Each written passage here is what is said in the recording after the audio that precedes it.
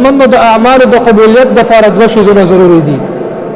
یو نیک عمل اخلاص هغه ضروري دی محترمو چې په هر کار کې وجه کوم د انسان هغه اخلاص وي.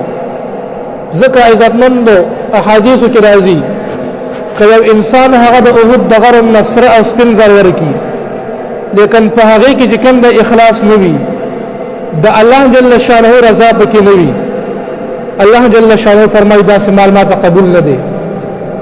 او که یو انسان هغه د کجوري یو ټوکړه ورکی لیکن په هغه کې اخلاص وي الله جل شانه ته داسې عمل چې کوم دی هغه مقبول دی.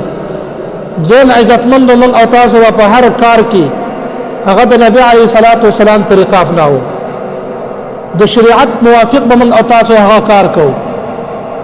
کم کار چې د شریعت خلاف وي انسان ته په هغه باندې هیڅ اجر نه ملاويږي په هغه باندې بیا انسان ته ثواب نه ملاويږي. ځکه عزتمند مثلا یو انسان هغه د مازیګر منځ کوي 4 رکعات منځ کوي او د 4 رکعات په ځای 6 رکعات وکي اگر چې په دې کې ښه اخلاص وي لیکن دا سه عمل الله فقط مقبول نه دی ځکه دا د شریعت خلاف دی. نو هر یو عمل هغه په اخلاص سره د الله د رضا د فاره او بل دا چې هغه د نبی علی صلوات و سلام د طریقې موافق وي.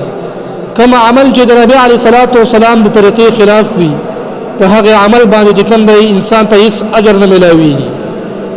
او په اخلاص باندې چې کوم عمل وشي محترمو اگر چې دا عمل ورکوټه وي لیکن دا سه عمل د الله جل شانه په نسبت باندې هغه ډیره اوچته مرتبه لري.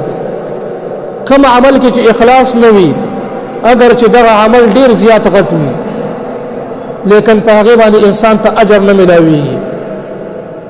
نو د هر عمل لپاره اخلاص ضروری دی.